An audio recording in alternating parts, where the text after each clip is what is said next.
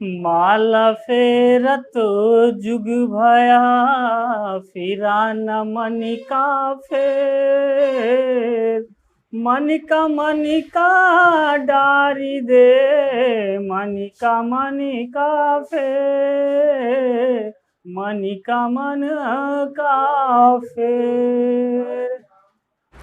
मैं नीरज आप सभी का डीएस क्लासेस में स्वागत करता हूं। आज हम लोग कक्षा 9 की साखी पाठ का अध्ययन करेंगे, ठीक है। तो आइए ज़्यादा समय ना लेते हुए हम लोग अपने पाठ पे चलते हैं।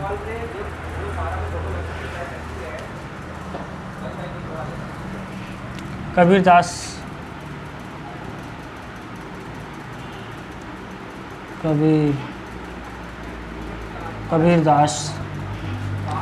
इनका जन्म मतलब बहुत छोटी बात बनाई कर रहे हैं, थोड़ा बड़ी बनाई। इनका जन्म लो फोटो वाले बात करो, बता दो। 1455 संवत में हुआ था। स्थान काशी यूपी और इनके गुरु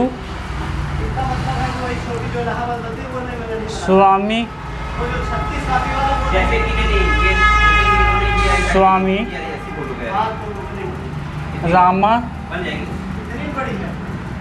रामानंद जी थे।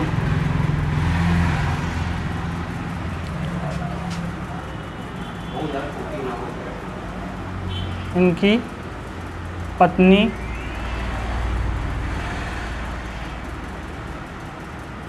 लोई थी। इनके पुत्र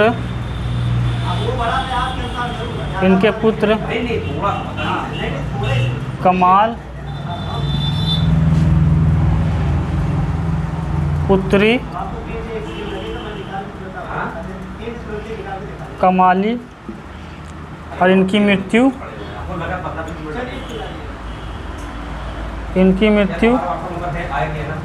1575 संवत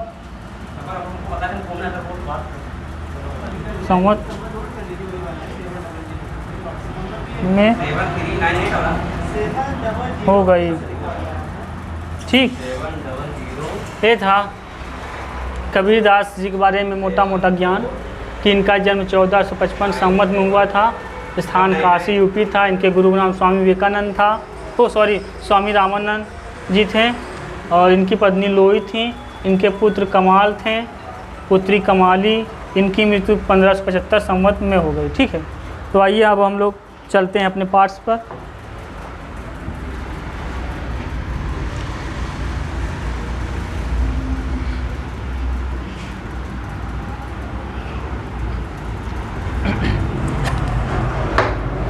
तो हम लोग साखी पाठ का अध्ययन करेंगे, जो 1 से लेकर 15 पद तक हैं।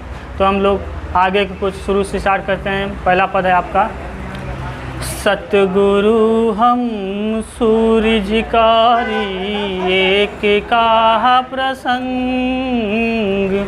बरसा बादल प्रेम का, भीज गया सब अंग। कबीरा भीज गया सब अंग।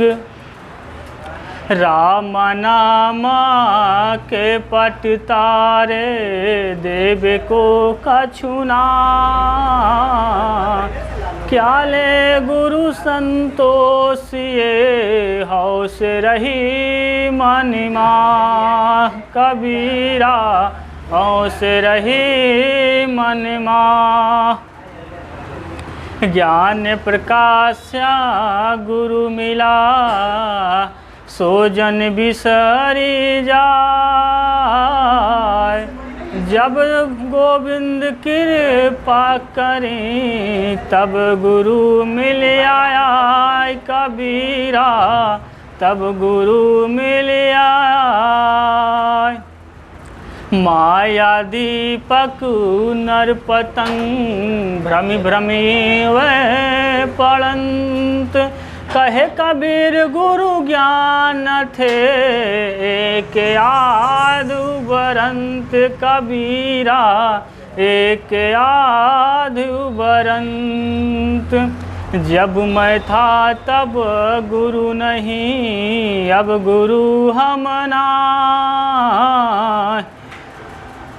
प्रेम गली अति साकारी, तामे दो ना समाय कबीरा, तामे दो ना समाय। तो ठीक है दोस्तों, अब हम लोग इसका संदर्भ और प्रसंग व्याख्या देखते हैं। ठीक है, हम लोग पहले पद से देखते हैं। पहला पद है आपका जैसे, सतगुरु हम सूर्य झिकारी एक कहाँ। सतगुरु हम सु रिझ करी, रिझ मतलब मग्न मुग्ध होकर। सतगुरु हम सूर्य झिकारी एक कहा प्रसंग, वर्षा बादल प्रेम का। एक कहा प्रसंग, एक कहा प्रसंग।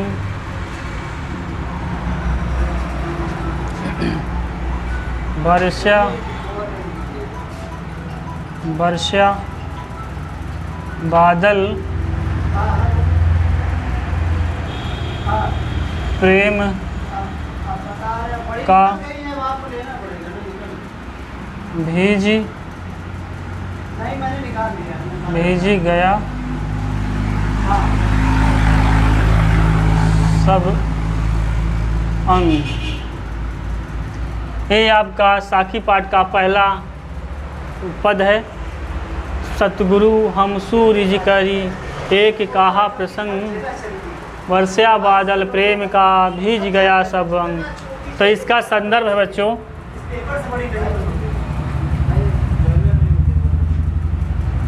संदर्भ हम लिखेंगे अगर पेपर में आता है ये। प्रस्तुत पद्यांश हमारी पाठ्य पुस्तक हिंदी काव्यखंड के साखी नामक पाठ से ली गई है, जिसके रचयिता संत कबीरदास जी हैं। ठीक है, क्या लिखेंगे आप लोग संदर्भ कि प्रस्तुत पद्यांश हमारी पाठ्य पुस्तक हिंदी काव्यखंड से ली गई है, जिसके रचयिता संत कबीरदास जी हैं। ठीक है, प्रस्तुत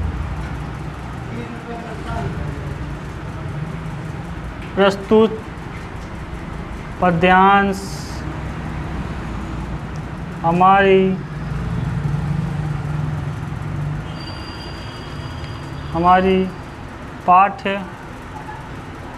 पाठ्य पुस्तक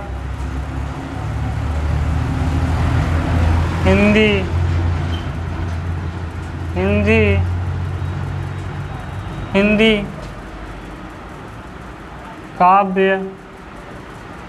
काव्य खंड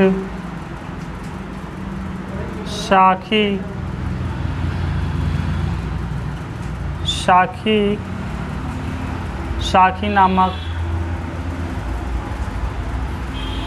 पाठ से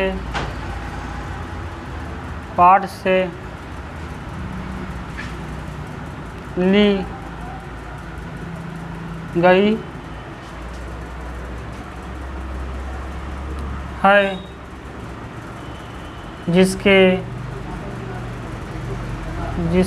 गई है, जिसके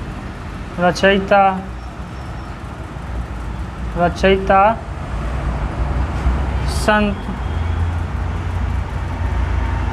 संत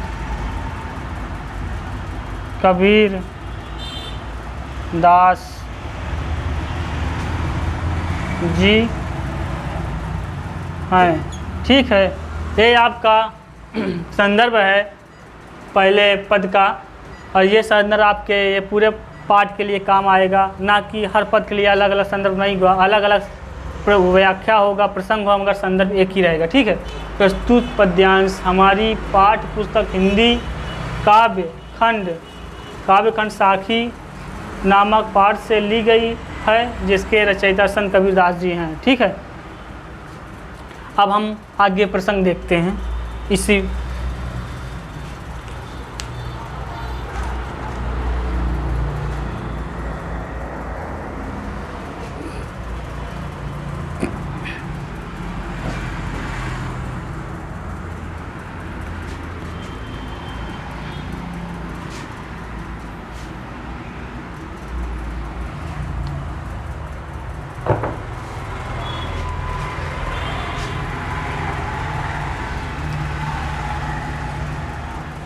प्रसंग आपका क्या बोलते हैं?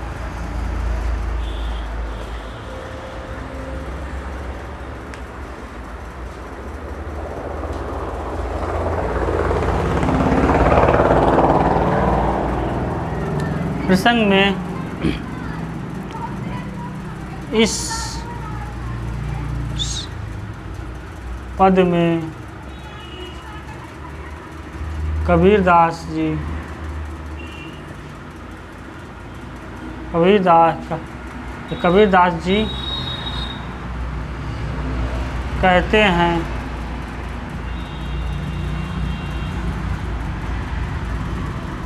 कहते हैं गुरु की, कबीरदास जी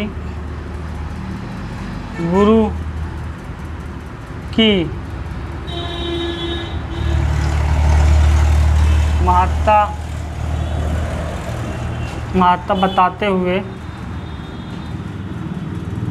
बताते हुए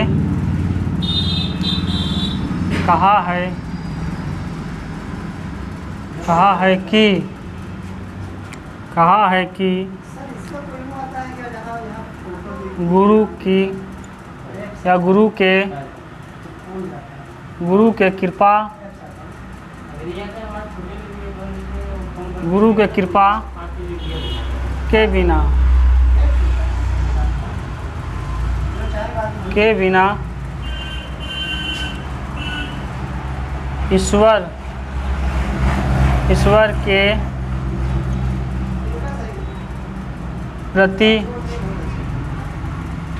प्रेम उत्पन्न नहीं हो सकता। ठीक है, इस पद का प्रसंग है कबीरदास जी। इस पद में कबीरदास जी गुरु की महत्ता बताते हुए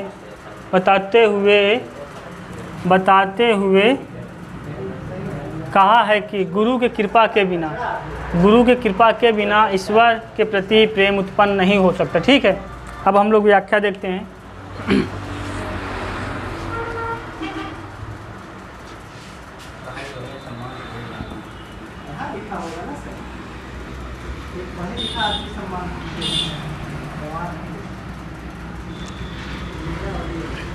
आपके पहले पद का हम लोग व्याख्या देखेंगे। पद नंबर पहला है, व्याख्या आपका है। कबीरदास जी कहते हैं कि मेरी सेवा भावना से प्रसन्न होकर सद्गुरु ने मुझे ज्ञान की एक बात समझाई या बतलाई है, जिसे सुनकर मेरे मन में ईश्वर के प्रति सच्चा प्रेम जाग उठा, और यह उपदेश मुझे ऐसा प्रतीत हो रहा है जैसे ईश्वर के प्रेम रूपी जल घने बादल बनकर बरसने लगे हैं, और इस प्रेम रूपी जल में मेरा अंग भीग गया। ठीक है, तो आइए हम लोग व्याख्या देखते हैं।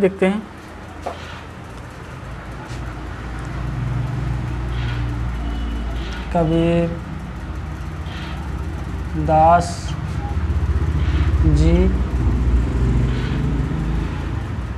कहते हैं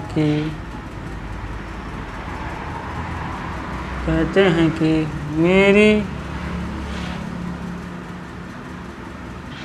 सेवा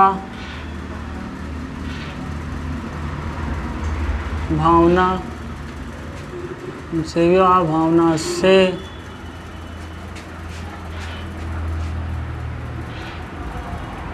प्रसन्न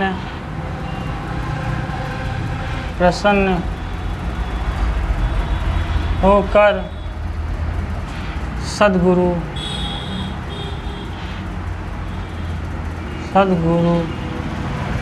ने मुझे ज्ञान की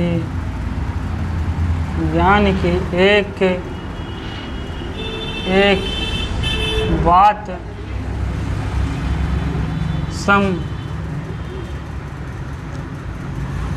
समझाई है,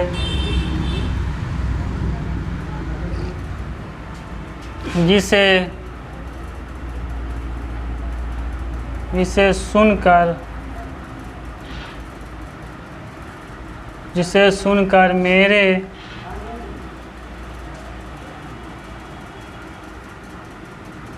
मेरे हृदय में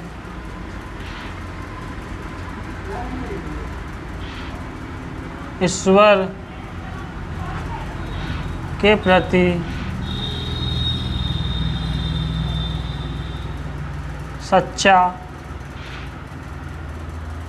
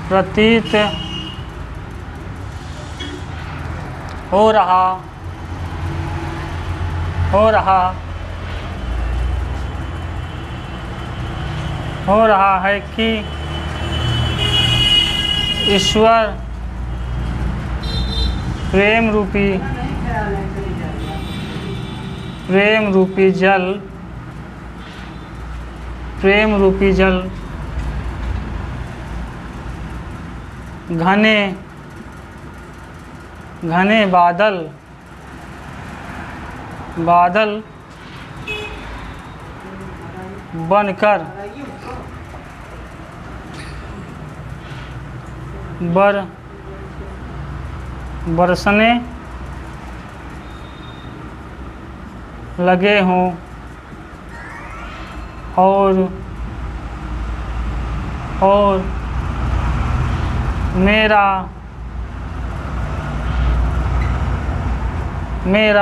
और मेरा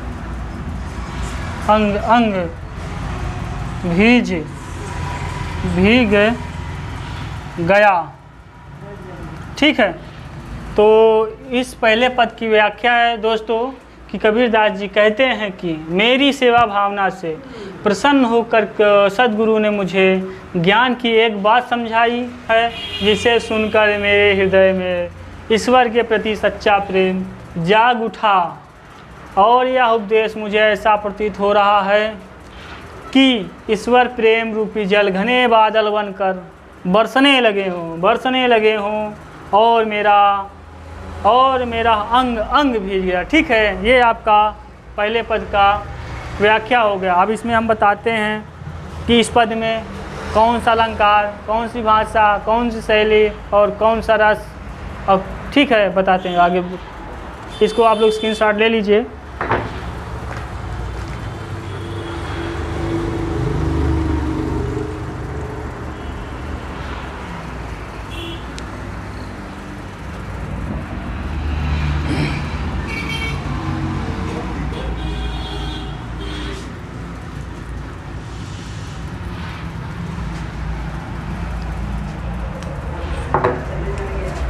पहले पद में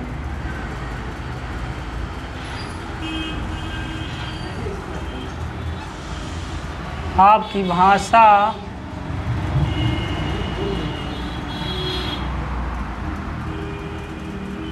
रस छंद शैली और अलंकार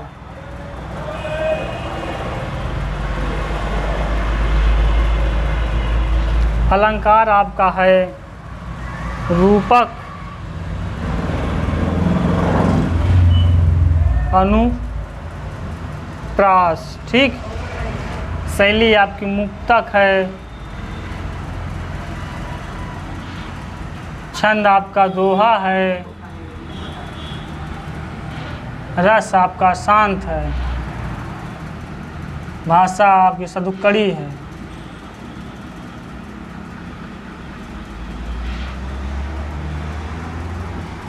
सदुक्कड़ी भाषा, ठीक है। ये आपके पद में आपका भाषा सदुक्कड़ी है, रस शांत है, छंदोहा है, शैली मुक्तक है, अलंकार रूपक अनुप्रास है, ठीक है। ये आपके पहले पद होगा। अब हम लोग दूसरा पद देखते हैं।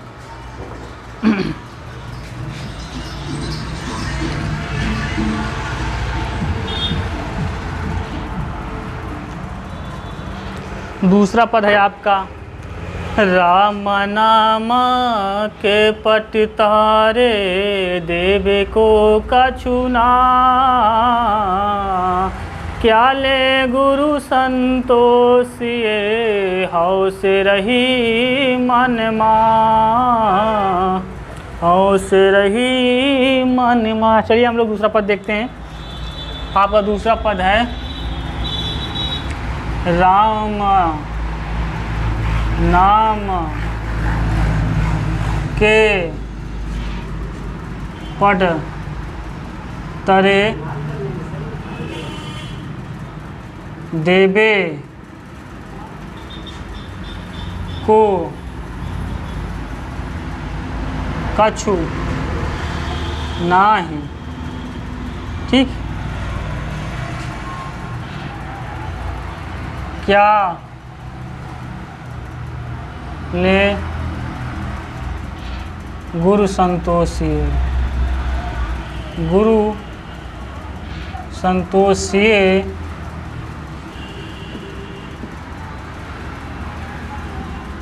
हौस हौस रही मन माह, मन माह, ठीक है। ये आपका दूसरा पद हो गया।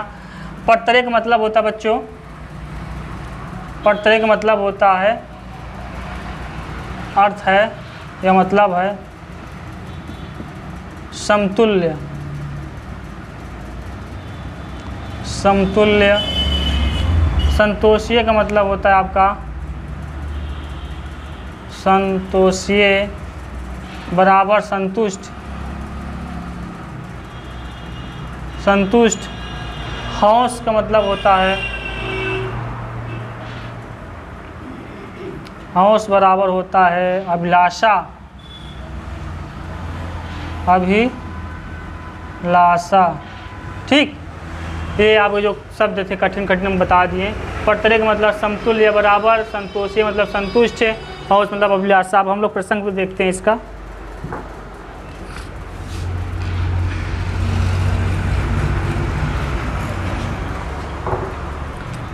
प्रसंग है दूसरे का आपका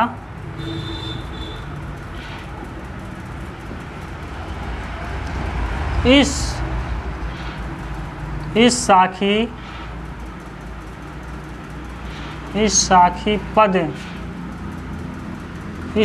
पद में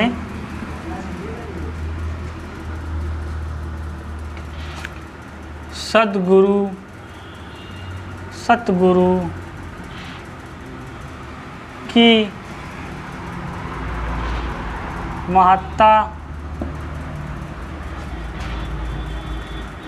तथा राम नाम पर प्रकाश डाला गया है। इसको आप लोग लिख लीजिए, ये स्क्रीनशॉट ले लीजिए। हम हट जाते हैं थोड़ी देर के लिए।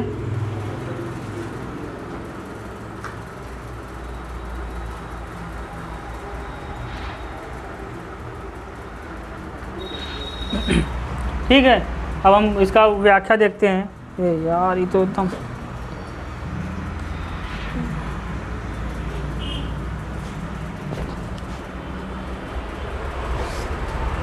व्याख्या होगा आपका दूसरे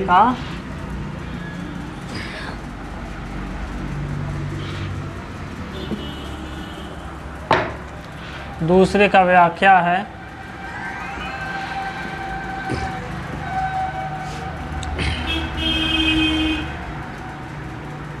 कबीरदास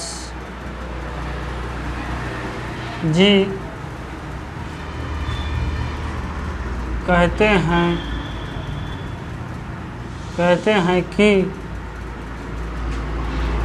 हैं कि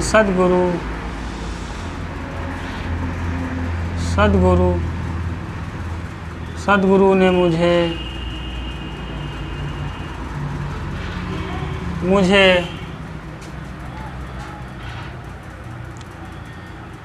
ज्ञान दिया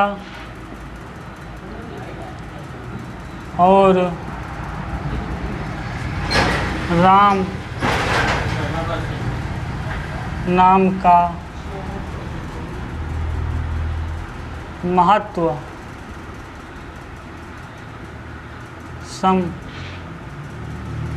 समझाया है और इस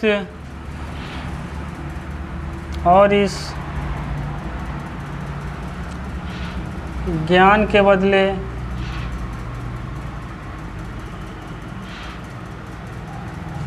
मेरे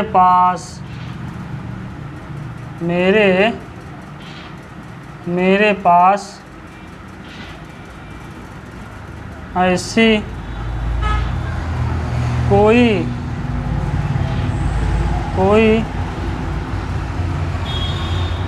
वस्तु नहीं है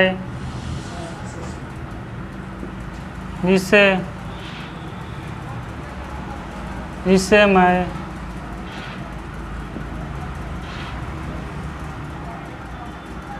अपने गुरु को गुरु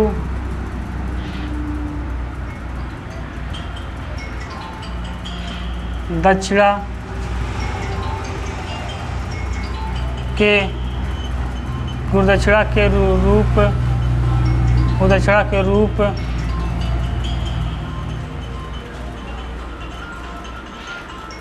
के रूप में देकर संतुष्ट हो सकूं। गुरु दक्षिणा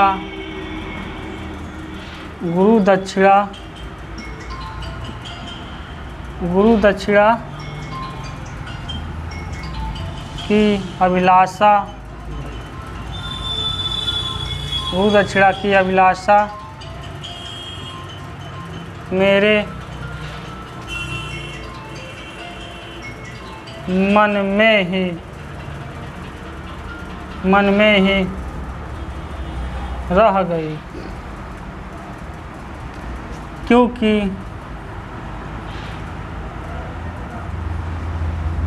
ज्ञान से बड़ा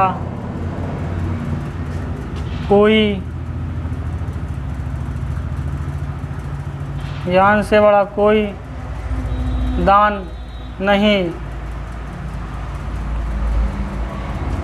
यह अमूल्य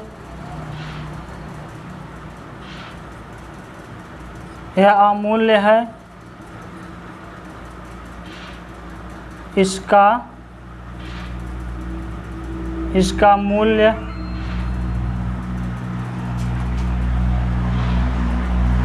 कोई नहीं चुका सकता।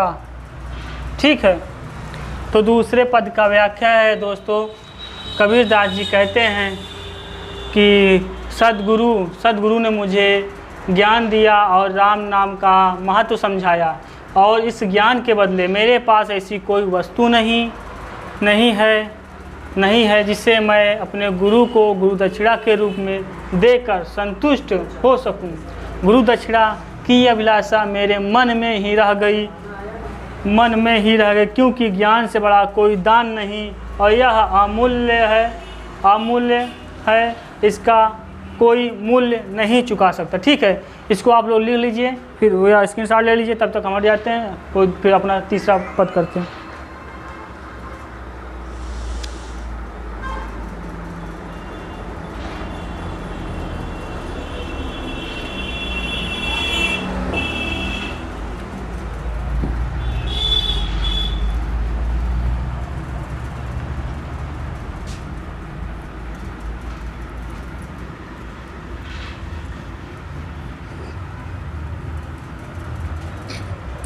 आपका तीसरा पद है, ज्ञान प्रकाश्या गुरु मिला सो जन बिसरी जाय। जब गोविंद कृपा करी तब गुरु मिल आया कबीरा, तब गुरु मिल आया। चलिए अब इसका व्याख्या देखते हैं। ज्ञान प्रकाश गुरु मिला,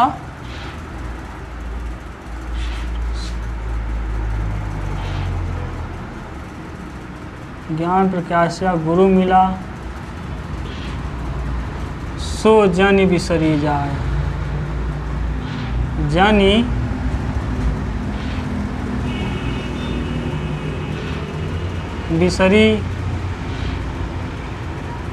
बिसरी जाई। जब गोविंद मतलब यहाँ दोस्तों ईश्वर भगवान, जब गोविंद कृपा करी तब गुरु मिलिया आए।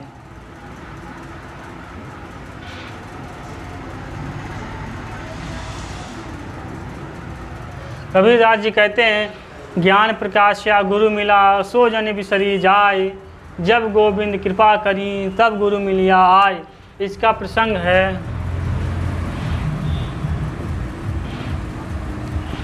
इस पद में कबीरदास जी ने कहा है ईश्वर के कृपा के बिना आपको सच्चे या सद्गुरु की प्राप्ति नहीं हो सकती, नहीं मिल सकता। ठीक है, इस पद में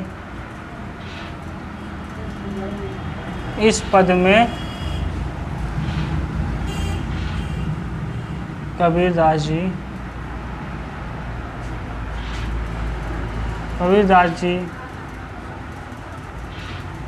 कह रहे हैं कि ईश्वर के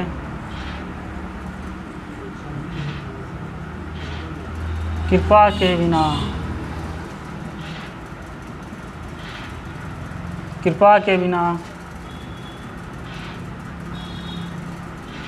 सद्गुरु की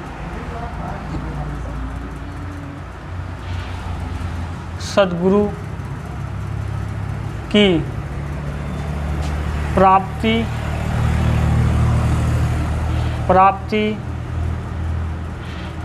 नहीं हो सकती। ठीक है, इस पद का प्रसंग है कि इस पद में कबीरदास जी कह रहे हैं कि ईश्वर के कृपा के बिना आपको सद्गुरु की प्राप्ति नहीं हो सकती। अब हम इसका प्रसंग देखते हैं। इसका आप स्क्रीनशॉट ले लीजिए, तब से हम हट जाते हैं।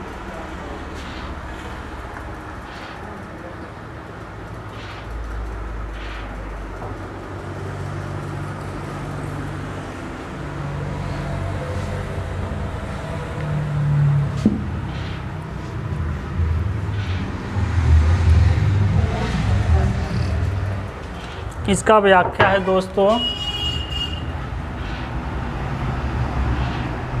व्याख्या है, कबीरदास जी कह रहे हैं कि कबीरदास जी इस पद में कहते हैं या कह रहे हैं कि आपको ईश्वर के कृपा के बिना सच्चे गुरु की प्राप्ति नहीं हो सकती। सच्चे गुरु की प्राप्ति नहीं हो सकती। जब आपको सद्गुरु मिल जाएगा, सच्चा सद्गुरु मिल जाएगा, तो आपके चारों ओर ज्ञान का प्रकाश फैल जाएगी। इसलिए आप अपने सच्चे गुरु को कभी ना भूलें और उनके प्रति हमेशा कृतज्ञ रहें, मतलब आदरवान रहें। ठीक है, आइए हम लोग देखते हैं।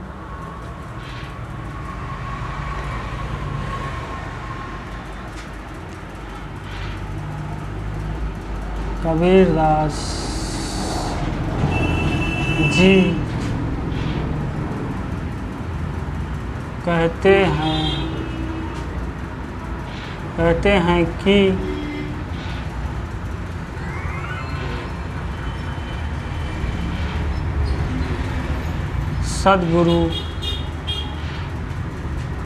सद्गुरु के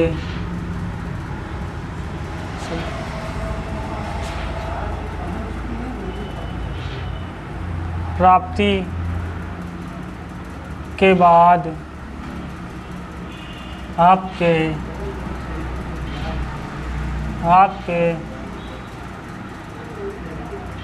चारों ओर ज्ञान का प्रकाश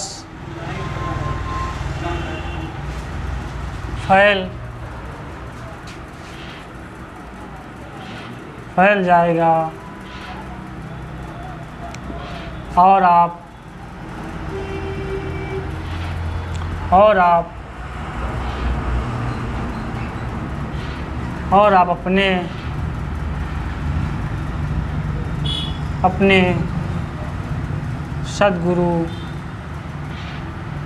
आप अपने सद्गुरु को कभी नहीं भूलें और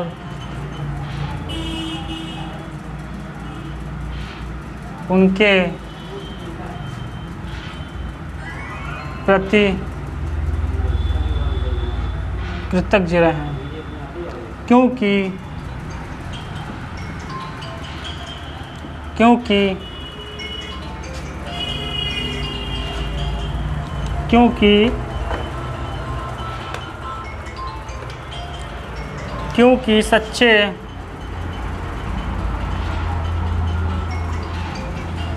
सच्चे सद्गुरु की प्राप्ति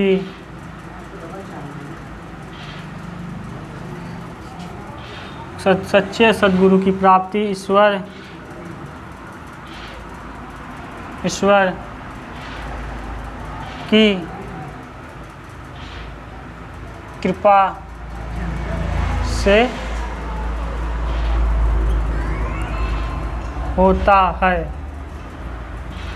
ठीक है, ये आपका तीसरा पद का व्याख्या हो गया। कबीरदास जी कहते हैं सद्गुरु की प्राप्ति प्राप्ति के बाद आपके चारों ओर ज्ञान का प्रकाश फैल जाएगा और आप अपने सद्गुरु को कभी नहीं भूलें और उनके प्रति कृतज्ञ रहें, क्योंकि सच्चे सद्गुरु की प्राप्ति ईश्वर की कृपा से होता है। ठीक है, अगर ईश्वर की कृपा रहती तभी आपको सच्चा सद्गुरु मिलता है। ठीक है, अब हम लोग अगले पद पे चलते हैं, तब तक इसको आप लोग स्क्रीनशॉट ले लीजिए।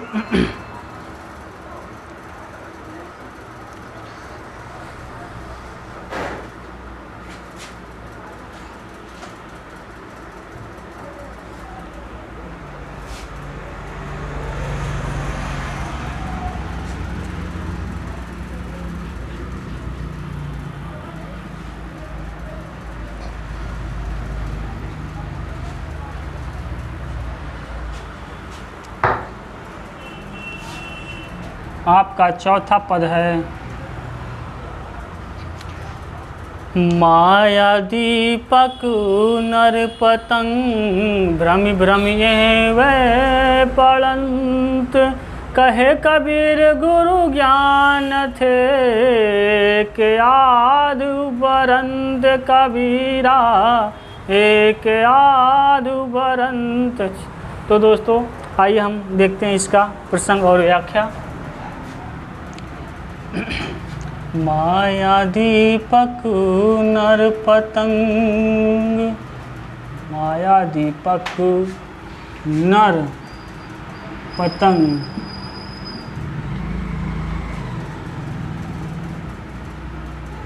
भ्रमि भ्रमि भ्रमि भ्रमि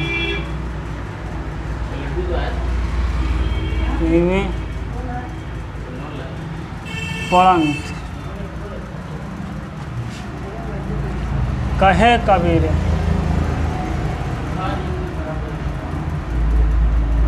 कहे कबीर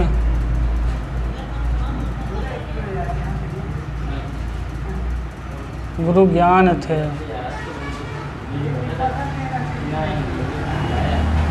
एक आध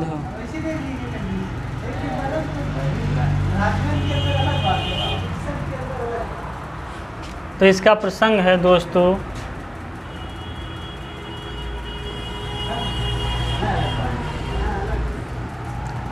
इसका प्रसंग है इस पद में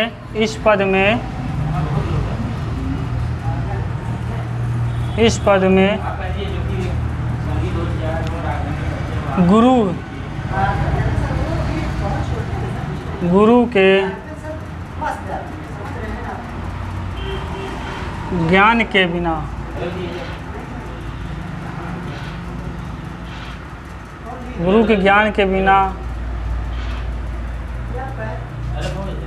आप इस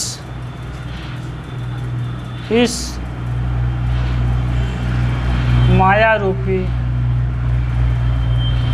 रूपी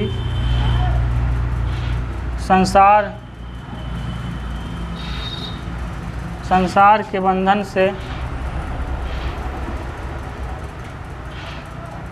से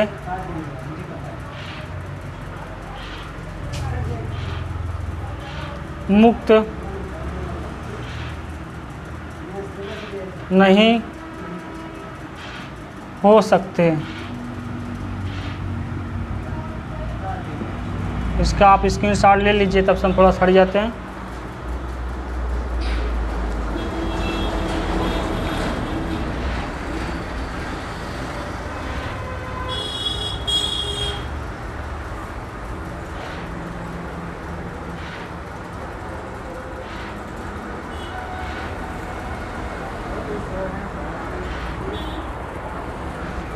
ठीक है, अभी हम लोग व्याख्या देखते हैं इसका।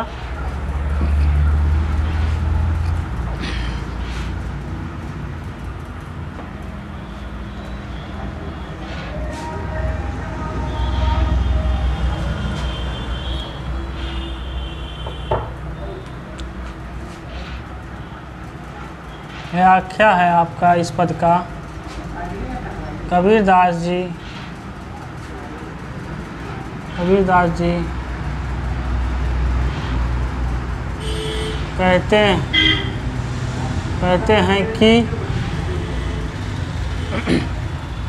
कहते हैं कि जैसे माया दीपक नर पतंग, माया या दीपक, माया दीपक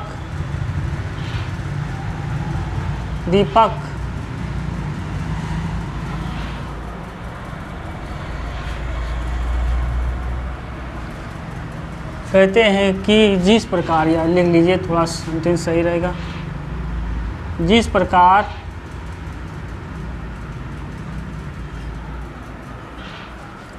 प्रकार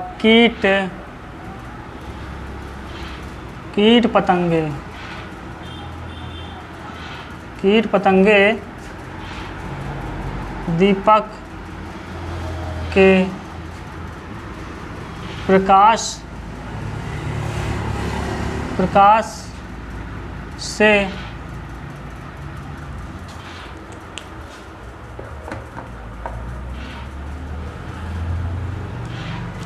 दीपक के प्रकाश से आकृष्ट होकर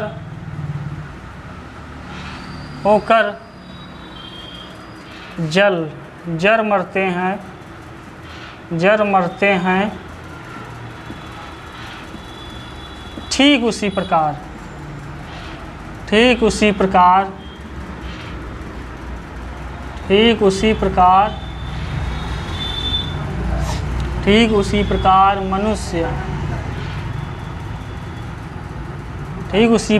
मनुष्य संसार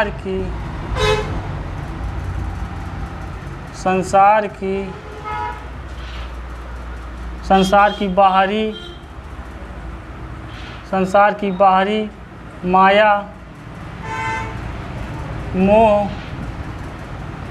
माया मोह को देखकर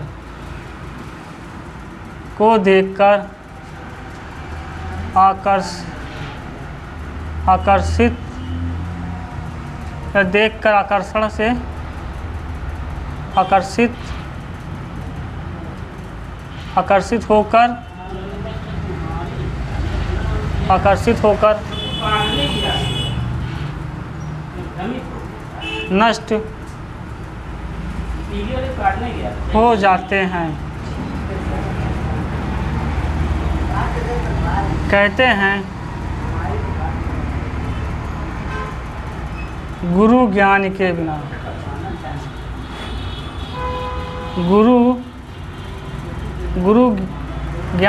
बिना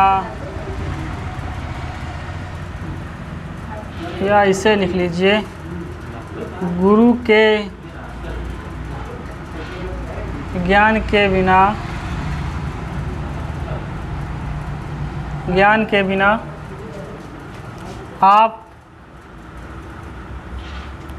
आप इस माया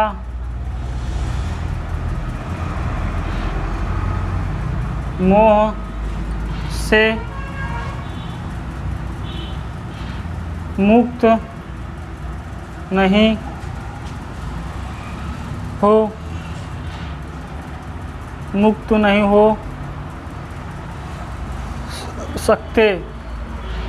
नहीं हो सकते।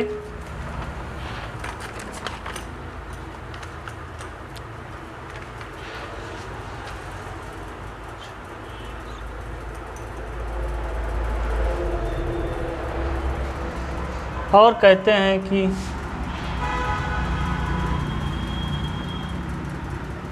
जो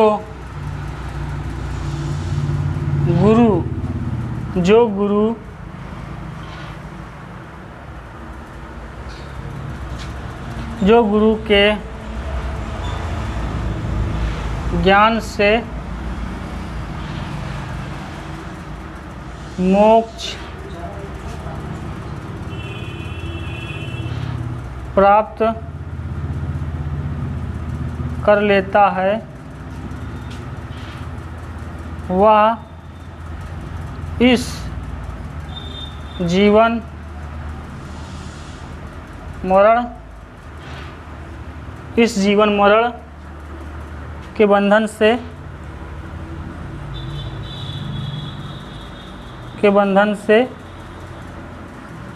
मुक्त हो जाता है।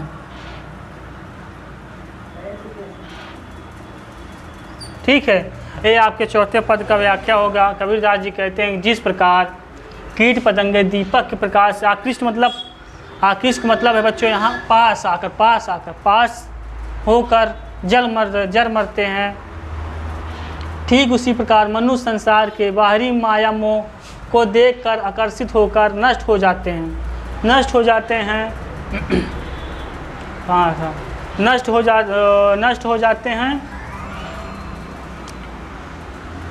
कहते हैं गुरु के ज्ञान के बिना आप इस माया मोह से मुक्त नहीं हो सकते। जो गुरु ज्ञान के से मोक्ष प्राप्त कर लेता है वह इस जीवन मरण जीवन मरण के बंधन से मुक्त हो जाता है। ठीक है, अब हम लोग 5वें पद पे चलते हैं।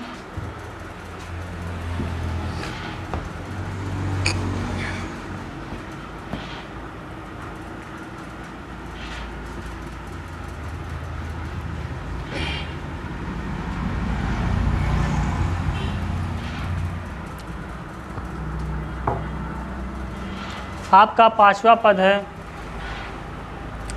कि जब मैं था तब गुरु नहीं, अब गुरु हम नाई। प्रेम गली अति साकरी, तामे दो ना समाय कबीरा, तामे दो ना समाय। ठीक है बच्चों, हम लोग इसका प्रसंग व्याख्या देखते हैं।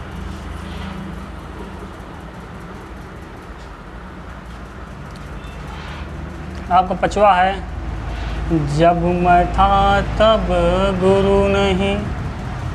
मैं था तब, जब मैं था तब गुरु नहीं,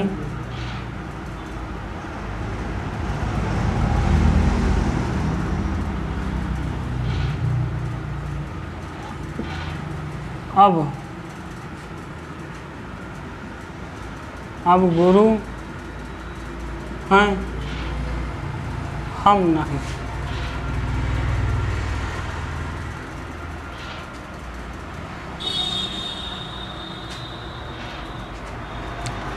प्रेम गली अति साकरी,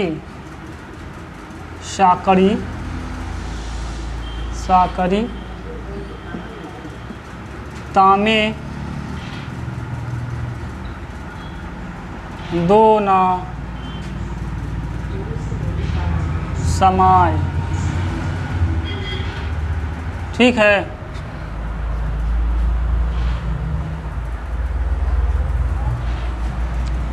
समाही लिख लेंगे, समाही या समाही लिख लीजिए। इसमें आपका एक मैं मतलब हो गया, आपका अर्थ है इसका अहंकार।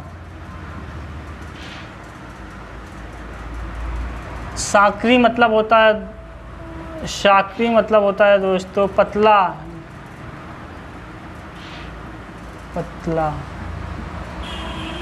तामे मतलब इसमें या हृदय में। ठीक, ये हो गया आपका प्रसंग, मतलब ये हो गया आपका 5वां दोहा। अब इसका प्रसंग हम लोग देखते हैं।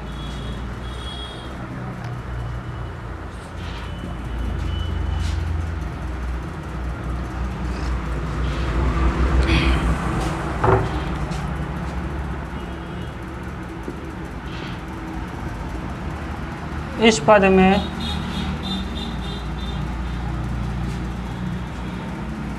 कबीरदास जी गुरु के प्रेम को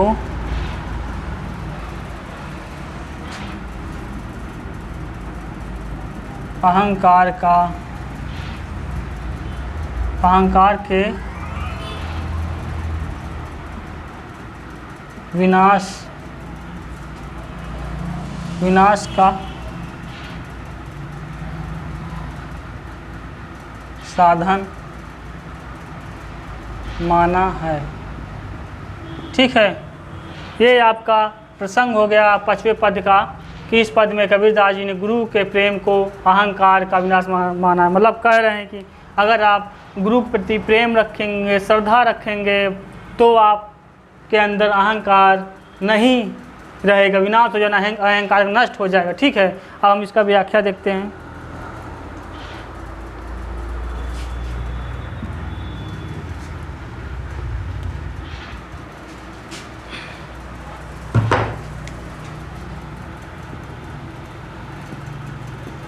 व्याख्या बच्चों, कबीरदास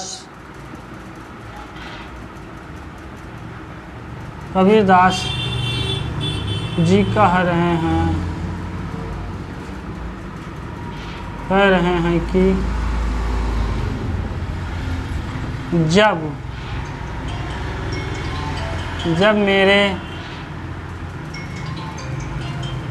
मेरे अंदर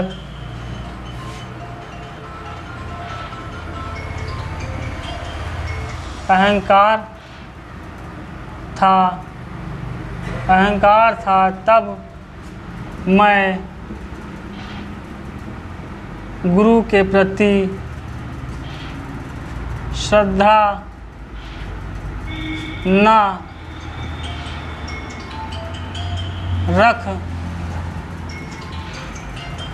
रख सका, गुरु के प्रति श्रद्धा न रख सका।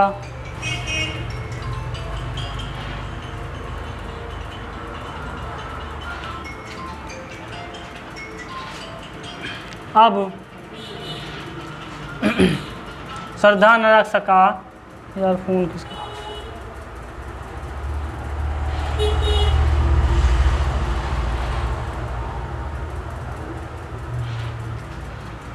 रख सका। अब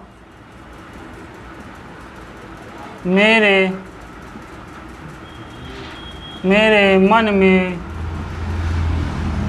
गुरु के प्रति श्रद्धा और प्रेम, मेरे मन में गुरु के प्रति श्रद्धा और प्रेम उत्पन्न हो गया तो प्रेम उत्पन्न हो गया तो मेरा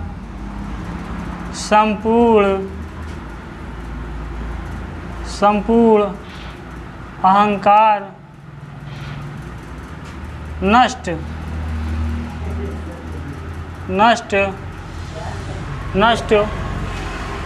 हो गया क्योंकि प्रेम मतलब हृदय, प्रेम की गली बहुत प्रेम की गली बहुत शाकिरी है मतलब पतली है, साकरी है। इसमें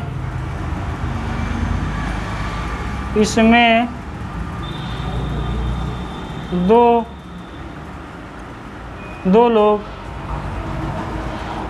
नहीं जा सकते, इसमें दो लोग नहीं जा सकते।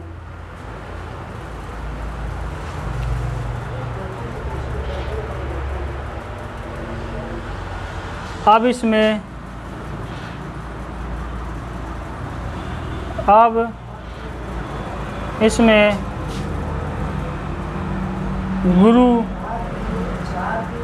गुरु की भक्ति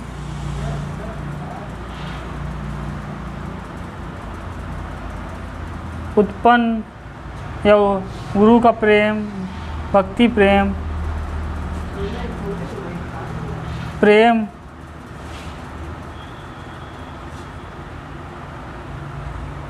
जाग गया तो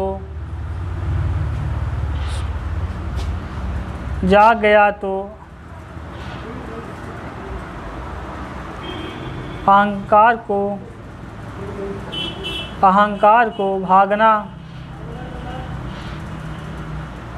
को भागना पड़ा। ठीक, कबीरदास जी कह रहे हैं कि जब मेरे अंदर अहंकार था तब गुरु के प्रति या गुरु के प्रति श्रद्धा न रख सका। गुरु के प्रति, यहाँ लिख लीजिए थोड़ा, गुरु के प्रति श्रद्धा न रख सका। अब मेरे मन में गुरु के प्रति श्रद्धा और प्रेम उत्पन्न हो गया तो मेरा संपूर्ण अहंकार नष्ट हो गया।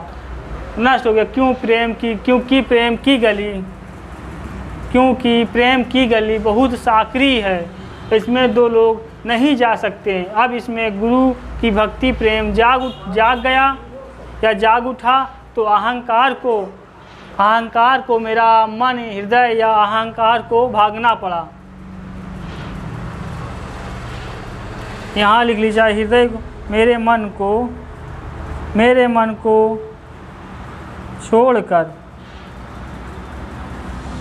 छोड़कर अहंकार को भागना पड़ा। ठीक है, तो ये थे आपके आज साखी पाठ के 5 पद का संदर्भ प्रसंग व्याख्या। तो दोस्तों आज ये क्लास यहीं समाप्त होती है। ये क्लास आपको कैसी लगी कमेंट बॉक्स में ज़रूर बताइए, और इस चैनल को ज़्यादा से ज़्यादा शेयर, लाइक, सब्सक्राइब करें, क्योंकि शेयर कीजिए आपके दोस्तों को भी इस चैनल के माध्यम से डेली क्लास का लाभ मिल सके। तो धन्यवाद।